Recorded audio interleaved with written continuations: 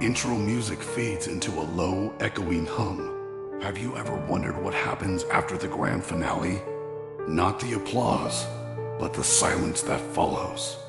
Welcome to the ruins of a city, once a vibrant hub of culture, now a graveyard of ambition. This is where our story begins, in the immediate aftermath of a collapsed symphony hall. In the prequel to the saga you thought you knew. This is the story of a silent cacophony. A sense of chaotic energy builds. In the rubble, the collective of the cacophony, dazed but triumphant, sees not destruction but a clean slate. Their discordant music, they believe, has purged the world, paving the way for a truer form of art. They scavenge the ruins, building new, bizarre instruments, completely oblivious that their greatest triumph has trapped the very entity they worship. Anon, they are loud, chaotic, and utterly blind to the truth. Meanwhile, Valerius, a surviving zealot from the followers of the Only Four, is shattered. His perfect symphony, his rigid faith, all lie in ruins. He sees this not as a divine act, but as a personal humiliation. He retreats into a silent, obsessive madness, poring over ancient musical notations, desperately searching for a hidden code, a lost movement that could explain this catastrophic failure.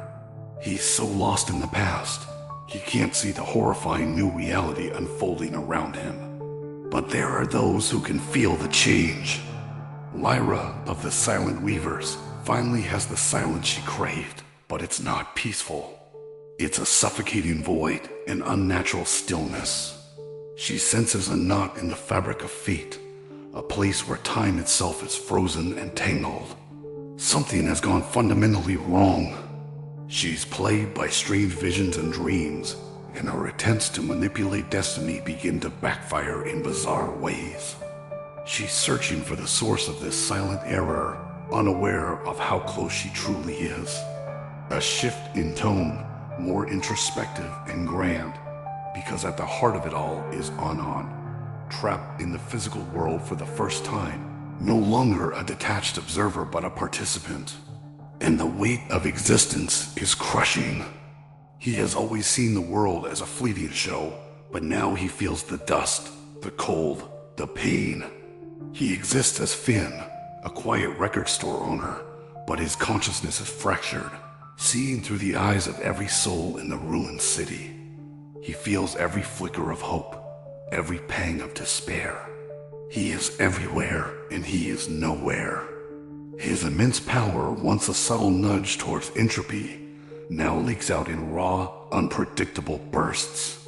The mystical visions plaguing Lyra, that's Anon's distress.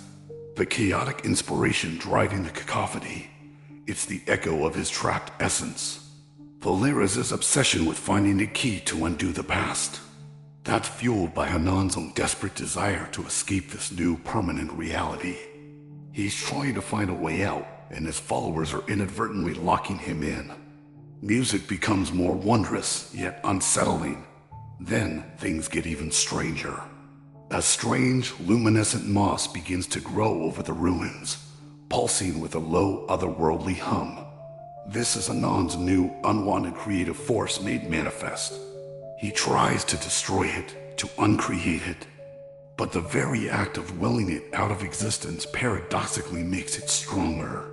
The moss spreads, and as it grows, it sings a strange, impossible song that only the most sensitive can hear. The different factions react as you'd expect. The followers try to burn it, seeing it as a sign of their failure. The weavers try to unweave its essence, seeing it as a grotesque anomaly. But the cacophony, they are entranced. They begin to craft new instruments from the hardened, glowing moss, convinced it's a gift from their god. And this is where our prequel ends, with Anon's full, horrifying realization. He can no longer just observe. He must participate. His every attempt to destroy this world he is accidentally creating only fuels its growth. His followers, blind to his presence and his struggle, are his unwitting builders. He is a gardener trapped in his own untamed, terrifying garden.